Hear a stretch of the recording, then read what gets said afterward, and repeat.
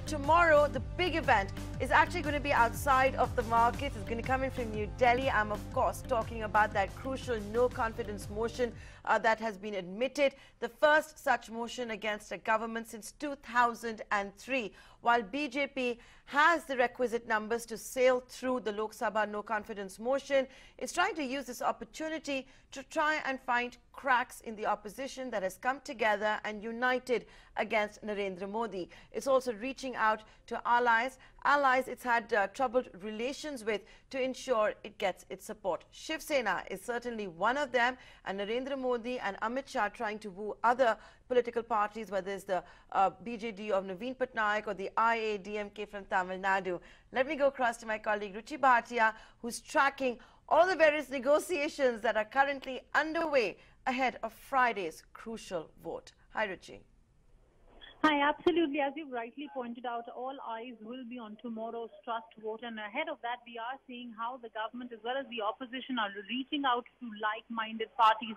In fact, this morning, there was a very critical meeting. The Shiv Sena was looking to decide on what should be their course for the trust vote. And looks like before that, we've seen how the BJP President Amit Shah has dialed in the Supremo of the Shiv Sena, Uddhav Thackeray, and the Shiv Sena has assured their support to the government. In fact, Shiv Sena has issued a whip to all their MPs for the trust vote, and they will be looking to side with the government. The BJP is also they have also issued a whip to all their MPs. They've directed them to vote against the motion. It is, of course, important to note that the BJP this time around, while they have the numbers, they're still counting on either the support or the abstention of parties like BJD and TRS. And having said that, these parties so far are at least keeping their cards close to the chest. As far as the Congress party is concerned, they have reached out to TMC, to SP, to Left, as well as NCP, and they are looking to garner support on the no-confidence motion. But Nandara, let me tell you something which I have picked up from a lot of senior Congress leaders. It's not about the numbers. It is about positioning ahead of the 2019 polls. It is about accountability. It is about transparency. It's about asking tough questions from the government, which the government so far has been evading time and again. We have seen how in the budget session very little work was done. And now the opposition is looking to corner the government, is looking to question the government on incidents of mob violence across various states. They're looking to question the government on the merciless thrashing of Swami Agnivesh, on the hateful propaganda against religious minorities, against Dalits. So expect some tough questions being fielded from the opposition. Also, we're understanding that how the Congress party today asked the government to explain their position with respect to the rural distress. And despite the government coming up with a sugar package and MSP hike, is it really trickling in for the farmers or not? Also on the state of the economy, on the recent banking frauds, on why there is no job creation despite tall promises. So expect some tough questions, some good debates coming up in the parliament tomorrow. And of course, the government will have to be prepared because it is not about the numbers. They have the numbers. They will not have a lot of loss of face in this matter. It is about whether the government is able to convince the opposition parties, whatever they are doing, and really, and as far as the opposition parties is concerned, it is a newfound support that they've seen post the Karnataka elections. So they will be looking to corner the government on various issues, and the government has to put up a brave front. It has to answer all those questions. Friday is certainly going to be a crucial day. We'll be right on top of every twist and turn, every development. Hectic negotiations currently underway ahead of the no trust vote, the first such vote in the Lok Sabha since 2003. Let's take this conversation forward with R. Jagannathan, the editorial director at Swarajya magazine. Good afternoon.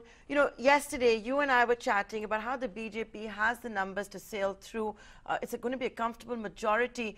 Do you think this is perhaps going to provide an opportunity to the BJP to try and maybe expose the fact that the opposition, or what it wants to do is expose the fact that the opposition uniting against Narendra Modi isn't as almighty as is being made out to be, but it could also boomerang if some of the allies don't end up supporting the BJP? Yes, absolutely. Though I think the point of interest would be how the allies vote, especially Shiv Sena, which seems to be falling in line.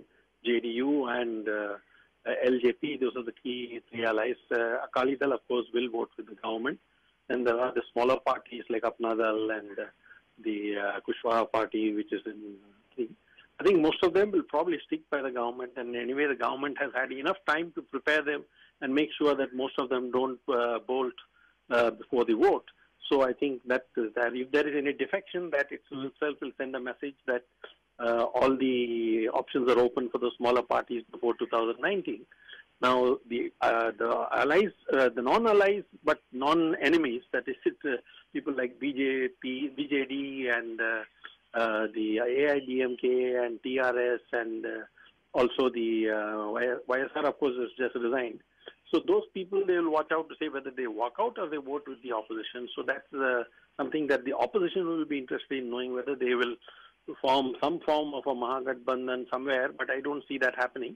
Most probably they'll speak out, they will probably criticize the government and probably abstain, or some of them might vote for it.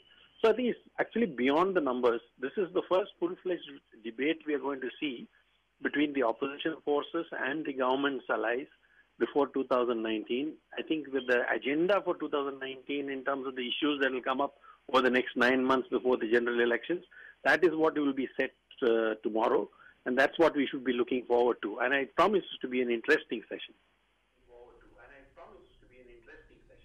Oh, of course, it's certainly going to be an interesting one. I could go on and on about the permutations and combinations, which political party stands where. I'm sure some of these negotiations will be carrying on till late night, wee hours of the morning. But I want to understand from you, as someone who's been tracking the Indian Parliament and Indian politics for so long, we haven't seen a trust vote since 2003. A lot of our viewers have never seen one. They may be young. Can you tell us how exactly this works? Is it going to be just the TDP that's going to be allowed to speak? There's a lot of confusion. For example, will Rahul Gandhi clash with Narendra Modi tomorrow at the floor of the House? Could this carry on till midnight? How is it going to work? Yeah, I would think so, because I think since there is a hell of a lot of parties and MPs who would want to speak, and the speaker will also have to give equal time to the treasury benches. So if each major speaker gets 5 or 10 minutes to speak, and then the super speakers, somebody like say Sushma Swaraj and others get 15 minutes, and then the PM gets another half an hour at the end, I don't see how it's going to end in reasonable time tomorrow. So I think there is going to be a lot of demand on the Lok Sabha's time tomorrow. And we could well see this going right past up to midnight, assuming, of course, a lot of speakers want to speak, and many speakers will indeed want to speak. So I think this is going to be a very long session. And most important, of course, the government did a smart thing by making the TDP the main mover of the no-confidence motion, which means a lot of time will go in addressing the special category status of Andhra and how the government is doing something for Andhra in spite of not giving special category and those kind of things. So in a sense, they will not be bringing up the issues that the government might be more embarrassed about, like the bank frauds or, the exit of Nirav Modi and other things. So I think, for that matter, the lynching issues, those are not the things that the TDP will bring to the fore. As a prime mover, TDP will get a lot of pride of space in the no-confidence motion. So the government did a smart thing by making them the main movers and not the Congress. The Congress will get second fiddle, but they will still get a lot of time. So, but by giving TDP the primary space in the no trust vote, I think a lot of issues might get deflected by the Andhra issues. You rightly pointed out certain issues which especially TDP could be raising against the Modi government tomorrow in that session. But clearly this is a big opportunity for the opposition to demonstrate their unity in the parliament. Do you think they will be able to actually pull it off effectively? They would be able to deploy all the mechanisms, all the correct concerns that they would be able to raise tomorrow? I would think so. I would think that all the opposition parties, even though many of them in the states are opposed to each other, in terms of their problems with the central government, there might be a fair degree of unity in terms of the issues they project. And many of them will, of course, bring up the issues like lynching and other things. But parties like, say, DMK, which is going to be a force in Tamil Nadu, has no presence whatsoever in the Lok Sabha because in the last election they got wiped out. So the point is, some of the opposition parties which exist in the states will not exist in the Lok Sabha. It's the ADMK which now looks at the BJP as a covert ally at the center, will obviously make its own points, but it will not be that strong as if there was a DMK there. Similarly, with, say, the CPM and the Trinamool Congress, the CPM has very low representation in the Lok Sabha, and it is the Trinamool that will be taking pride of place. And while they may highlight the same issues, the fact is, in the state, they can't really be allies. So their nuances in how they articulate these issues will be apparent. So it's only where there are no conflicts of interest at the state level that you will find political cohesion in the debate. Those issues can be common for everybody. Everybody can talk about lynching, including the Shiv Sena, but it does not mean that they will go against the government beyond mentioning these things. Huh?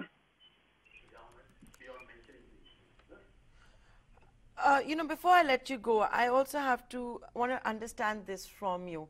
Ahead of this crucial trust vote, we're actually seeing Parliament function. I'm not talking about maybe bills have not been passed as yet. This was supposed to be a token session. All predictions were there was going to be a washout. I'll give you an example. You've heard about social media and fake news being discussed by the MPs, and Venkaiah Naidu saying the government will look into it. Ravi Shankar Prasad has spoken about it. Today, while Jayant Sinha was trying to speak, the opposition did storm to the wall of the House, but he continued to speak. The House was not disrupted. It was not adjourned. What do you make of that? No, I think the government played a good strategic move by bringing forward the debate, which means basically that if the opposition now tried to disrupt it, they would find that their no-confidence motion would have gone by default because of their own mistakes. So they are now not in a mood to push their luck with disruptions too much. Last time it was, if you notice, in the initial part of the session, it was the opposition that was disrupting, but towards the latter part, when they wanted to move the no-confidence motion, which the government did not want before the Karnataka vote, it was the people who were covertly back in the government who were disrupting Parliament. So I think this time, I think the government is clear that they want to get some bills passed. And it's a good thing that we are getting the trust vote over with in the beginning part of the session. So every grievance can be aired and the government can be put on the mat, and the government can, of course, say its piece. And I would suspect that we have 10 to 12 days of productive session after the trust vote, which is starting Monday, which might be more productive. So I think the government has done strategically a good thing by giving in to the trust vote an early part of the agenda. And of course allowing them to this thing. So I think after this, the opposition will not have an excuse. Absolutely. Mr. Jagannathan, thanks much for taking time out and speaking to us about why this Friday session is so important for the Parliament, and all eyes will be there on that particular session. We at ET Now will get you all the important updates, all the twists and turns. The coverage will be completely tomorrow on ET Now. Meantime,